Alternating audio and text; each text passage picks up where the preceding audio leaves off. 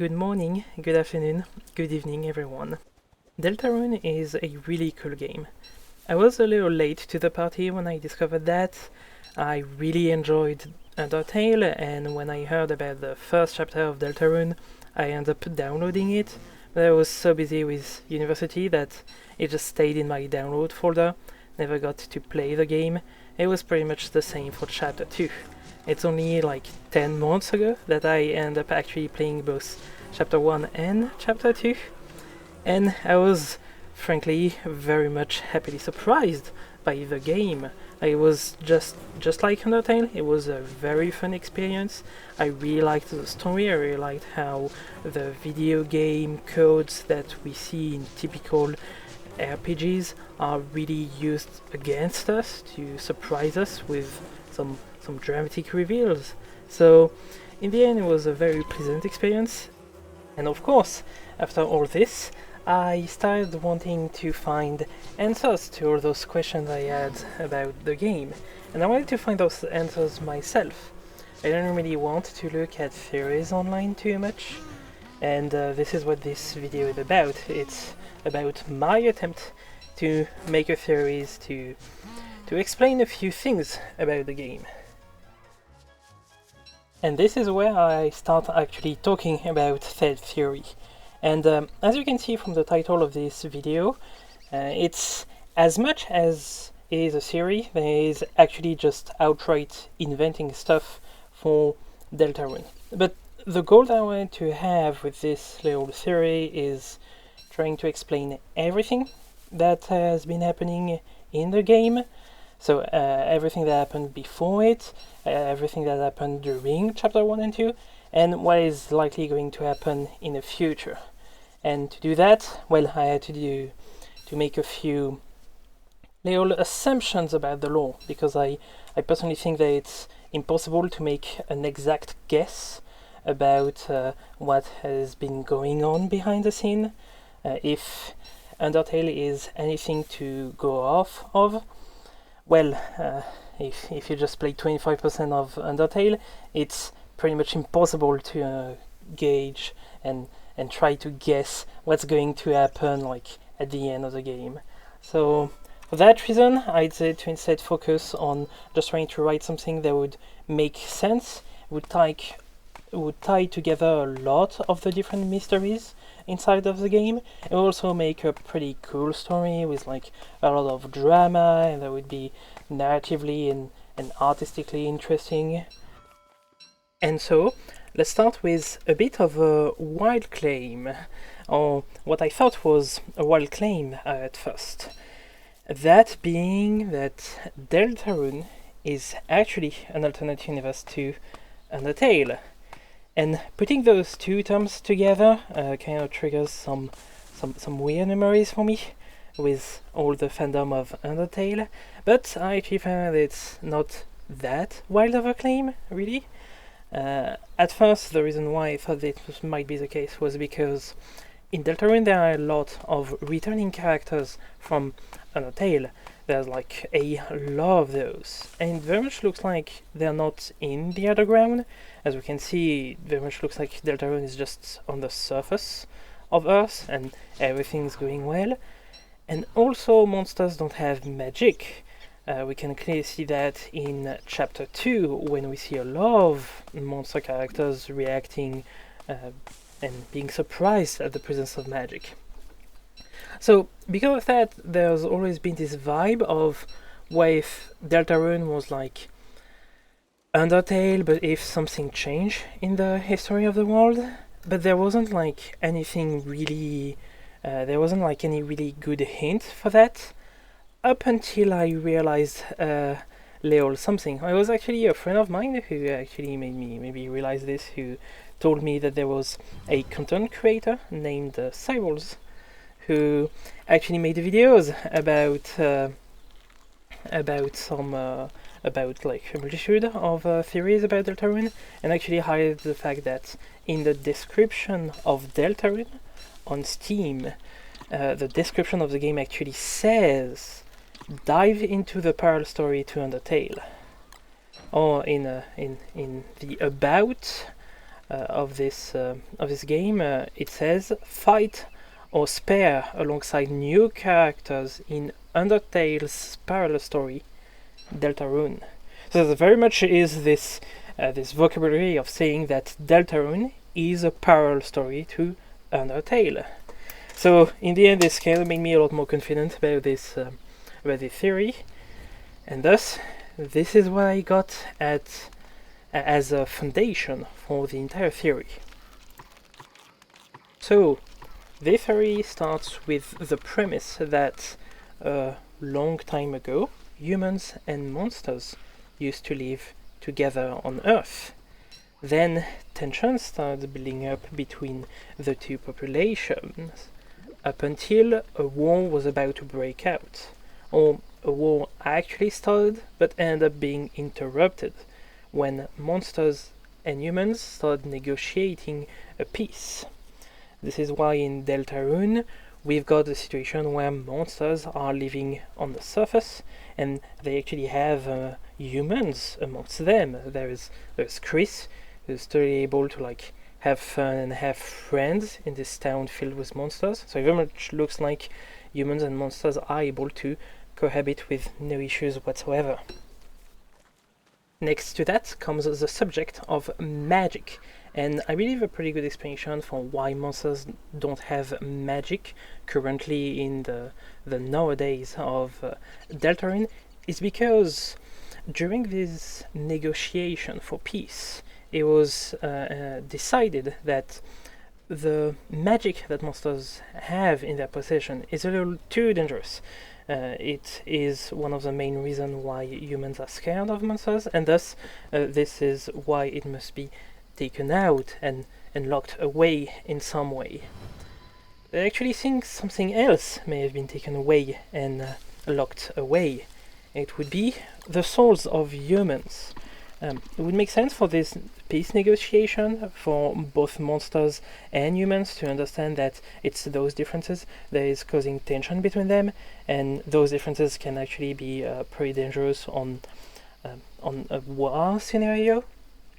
After all, we are being told that it's the soul of humans which is the main reason why monsters lost in Undertale, and on the other hand, it's souls are actually a danger for humans because it's actually said that monsters can get the soul of a human and become a super monster and be super powerful, and we're very much close to kind of a catastrophe in Undertale when Asriel ended up picking up Kara's soul to exit the underground, and that's when Kara really wanted to sow a little bit of chaos, maybe do a lot worse.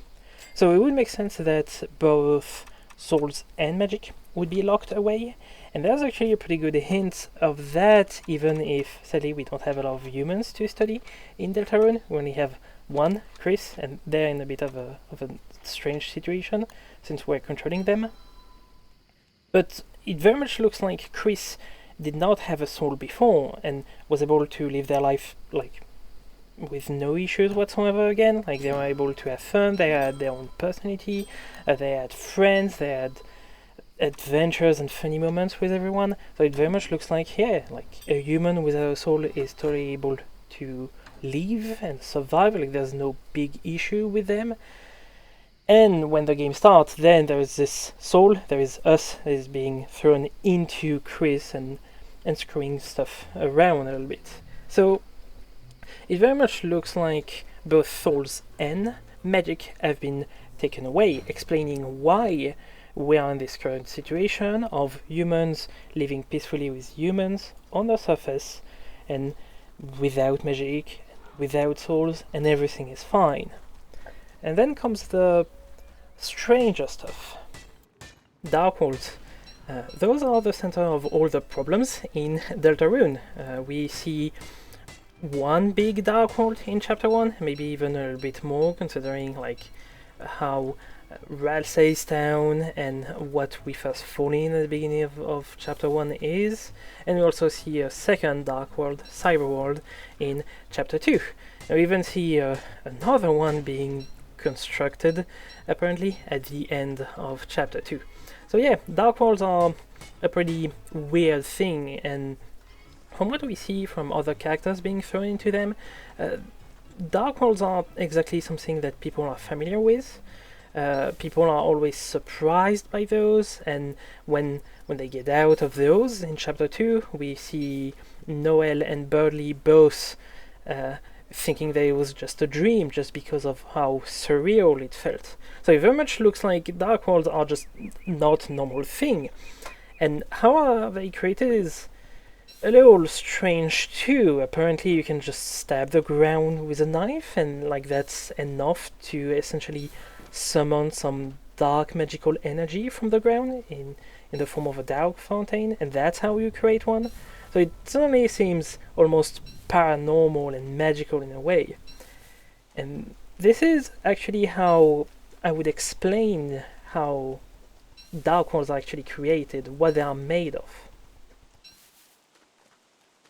This dark energy that is at the source of the dark worlds, is coming out of those fountains, is actually made up of two things: magic and determination.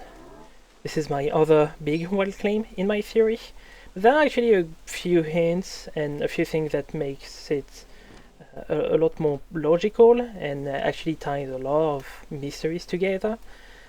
We've got, on the side of magic, the fact that monsters who enter dark worlds are actually able to use magic. This is very apparent with Noel in chapter 2, who has a lot of ice magic.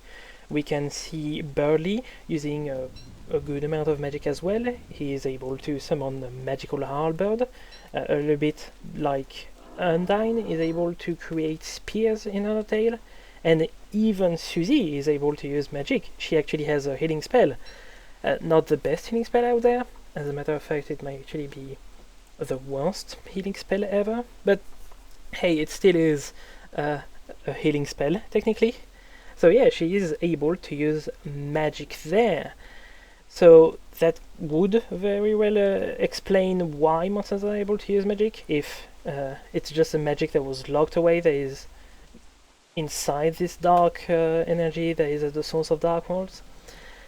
And magic could also explain a few other weird things, why the environments in those dark worlds are so weird and like filled with fantasy, why these small rooms turn into essentially mini dimensions, realms that are a lot bigger than what they are in the physical world.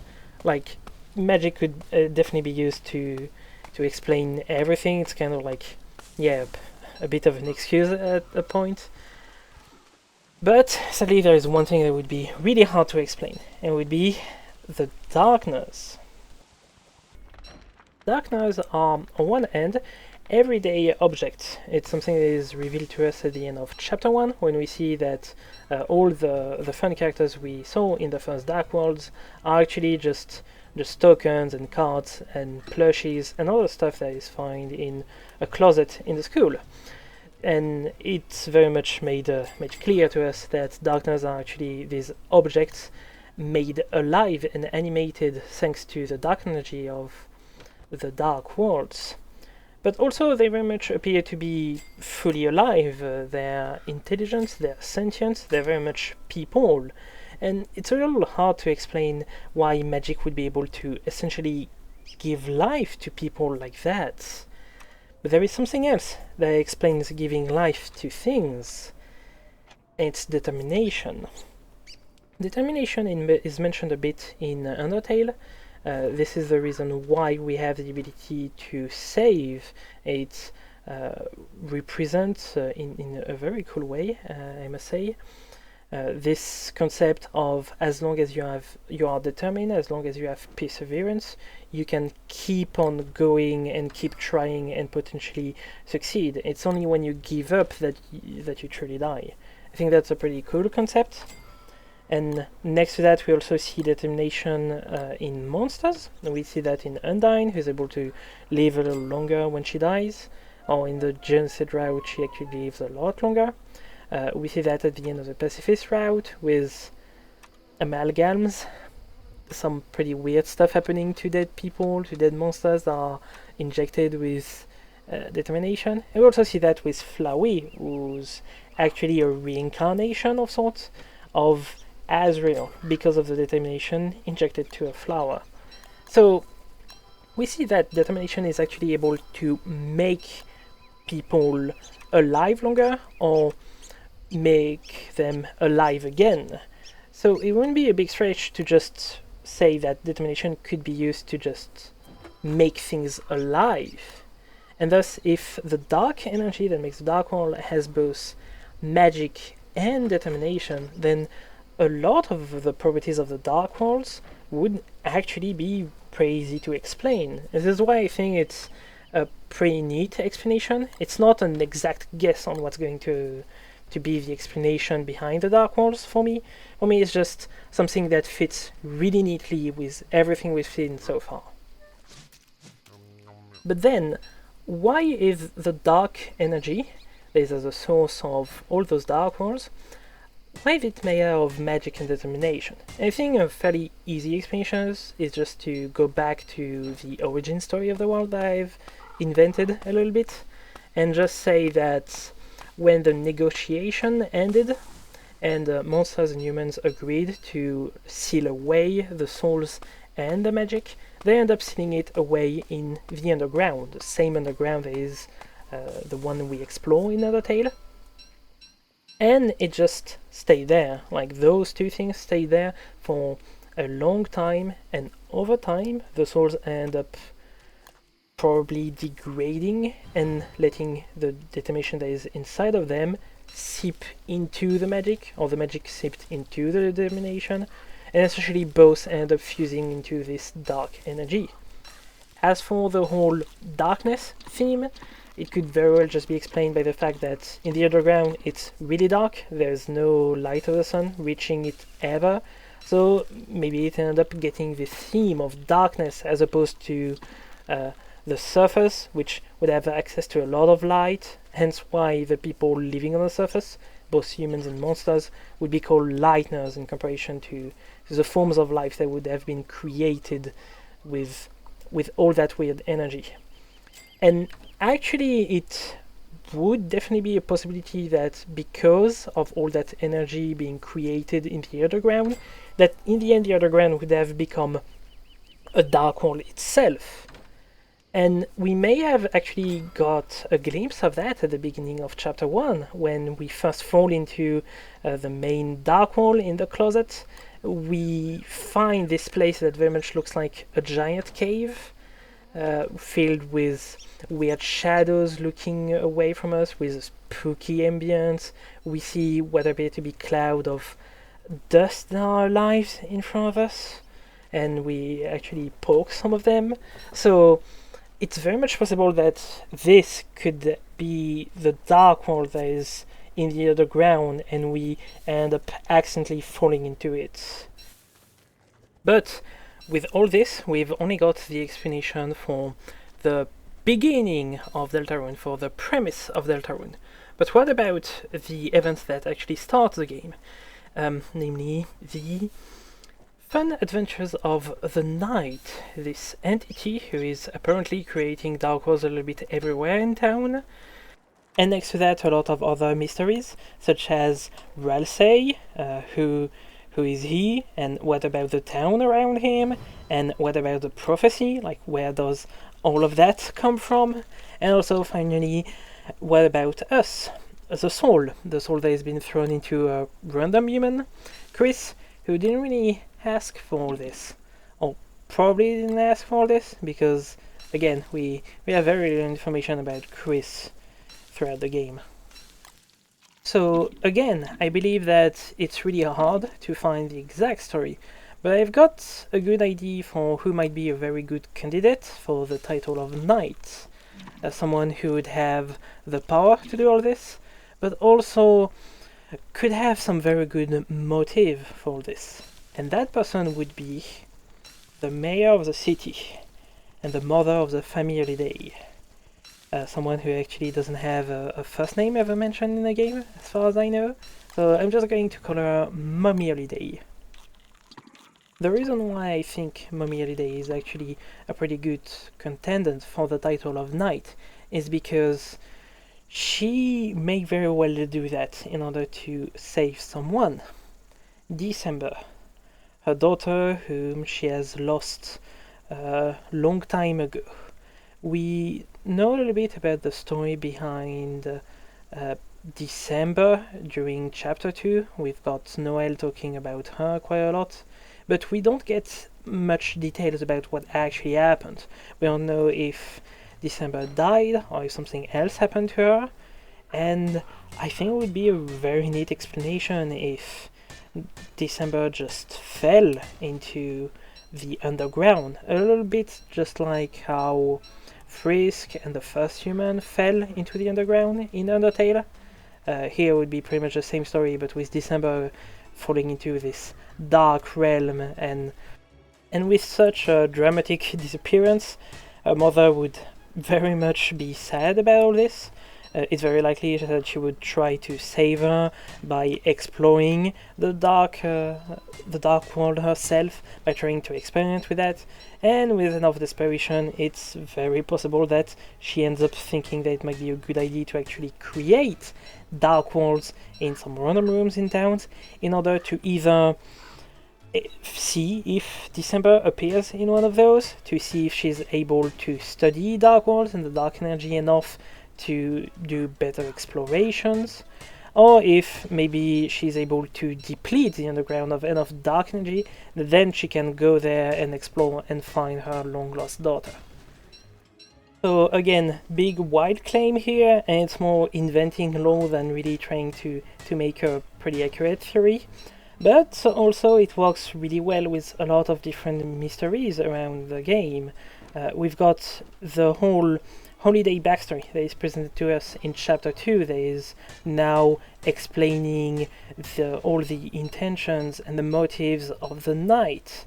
Next to that, we could have a lot of dramatic revealed about the main antagonist of the game being not just an evil person trying to gain more power to destroy the world. No, it's actually a hurt mother trying to desperately save her daughter.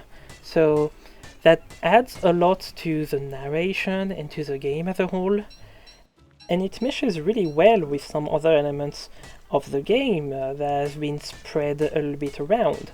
For example, the bunker that is present in the south, in the forest, is spooky and condemned and all that. It could very well be an entrance to the dark world. Maybe some people were studying the dark world, the underground, where all the dark energy was located, and this is where December actually fell into the underground. Maybe the mayor was actually studying stuff there, and eventually December ended up being curious about what his mother was doing there, followed her, and eventually just slipped. Maybe she touched something she shouldn't have, and that's how she ended up accidentally falling into the underground.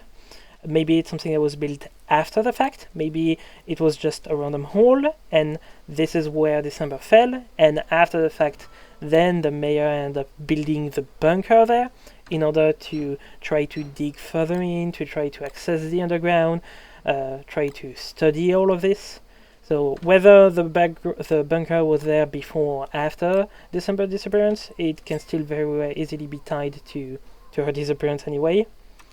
Next to that, we also have, funny enough, Asgore's backstory, who could be explained a little bit there. Because we know that Asgore ended up divorcing Toriel. We don't know why. We also know that he ended up losing his job as captain of the police. We don't know why either. So it could very easily be explained that Asgore was like the one in charge of making sure that this hole or this bunker was meant to be safe and no one has access to it, and ended up failing at his job when December ended up accidentally falling into it, sadly. So because of that, then the mayor of the city, Mommy Holiday, would have forced him to resign, would have made him lose his job, and this could also have caused a lot of drama with Toriel knowing that Asgore's mistake is the reason why December disappeared, and thus could have definitely been pretty angry as well, and hence why she ended up divorcing him. So that's a lot of small mysteries being explained by all this. And then finally comes the soul part, because I've only explained why the mayor would be doing all this night shenanigans, but what about us? What about the player, the soul, who actually goes through a bit of a strange introduction at first? At the start of chapter 1, we appear to be connected to someone who tries to create an avatar for us. We spend sometimes creating our character there, and eventually, right at the end, the entire process just gets cancelled, and we're just thrown into Chris's body. And it looks like, from how there are two different fonts and also two different sound effects when the font is being displayed, it very much looks like there are two different people. Usually, different characters have different font when they're speaking, also have different sound effect when they're speaking. So it very much looks like we've got someone speaking to us through the entire process, up until the end, when someone tells us, hey, you don't get to choose who you are in this world. So it looks like someone tried creating this avatar for us, and then someone else interrupted the process. And I believe that what ended up happening is that the person interrupting the process is the knight, Mommy Holiday. And thus, who would be creating this avatar for us? Who would be trying to bring a soul into an avatar like that? Well, I don't really have a name. I know that many people online would be very interested in saying that it's Gasta, but I'm simply going to call this person the anti-knight, a person who is trying to stop the knight from causing too much trouble, either because they know that it's likely to cause a lot of chaos and a lot of problem on the surface, maybe because it's very dangerous, but yeah, they are essentially trying to stop the knight from doing all this.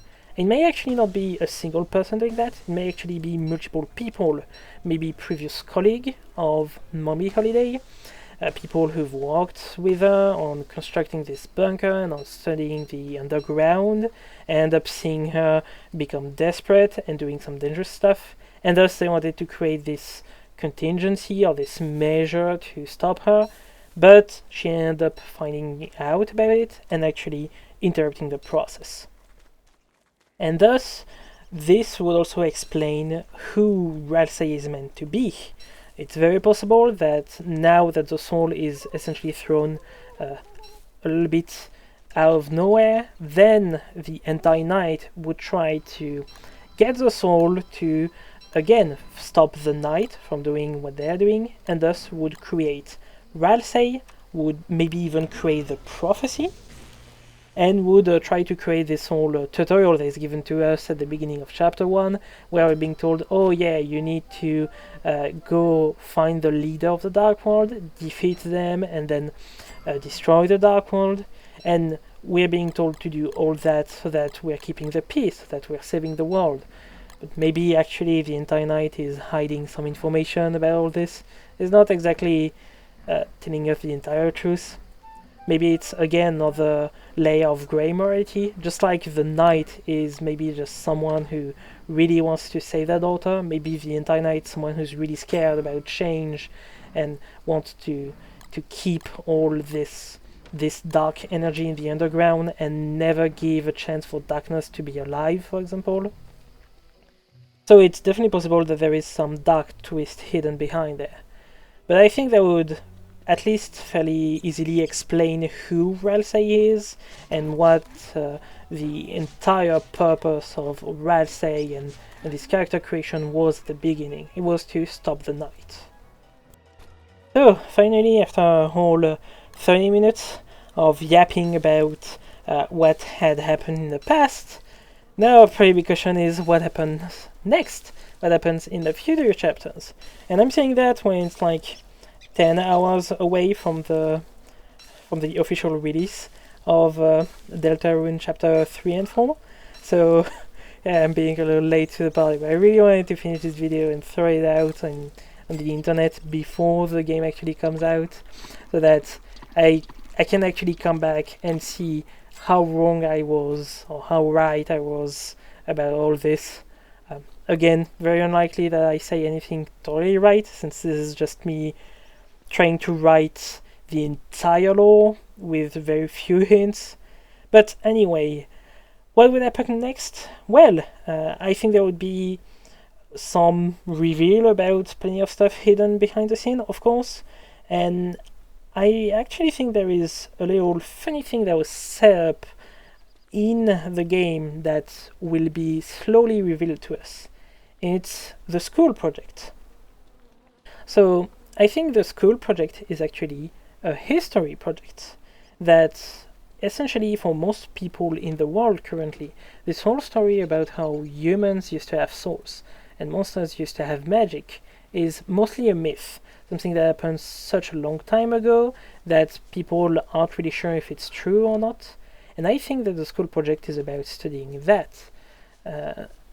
One thing that I find really interesting about the school project is that it's mentioned a lot, but we actually don't have any information about what it is.